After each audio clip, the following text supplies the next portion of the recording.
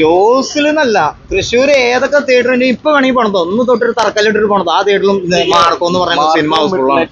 12 മണിക്ക് എന്റെ മോനൊരു രക്ഷയില്ല.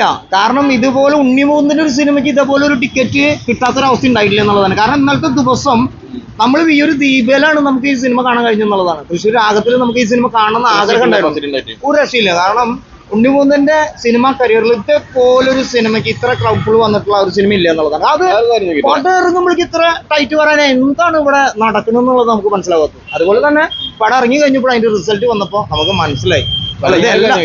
ലാലേട്ടൻ കൂടെ ഇറങ്ങുമ്പോ ജോസ് ടിക്കറ്റ് കിട്ടാണ്ട് എന്നിട്ട് ഇവിടെ വന്നിട്ട് കാര്യമില്ലെന്ന് 3 ഷോയ്ക്കുള്ള അങ്ങനത്തെ ഒരു അവസ്ഥ ലാലേട്ടൻ ഇവിടെ അല്ല, ലാലേട്ടന്റെ എന്നുള്ളതല്ല, നമ്മളിപ്പോ അങ്ങനെ എടുത്ത് പറയുമ്പോൾ ലാലേട്ടന്റെ എന്നുള്ളത് പറയുമ്പോൾ അത്രയും തിരക്കുകൾ വരുന്ന ഒരു നടനാണെന്നുള്ളതാണ്.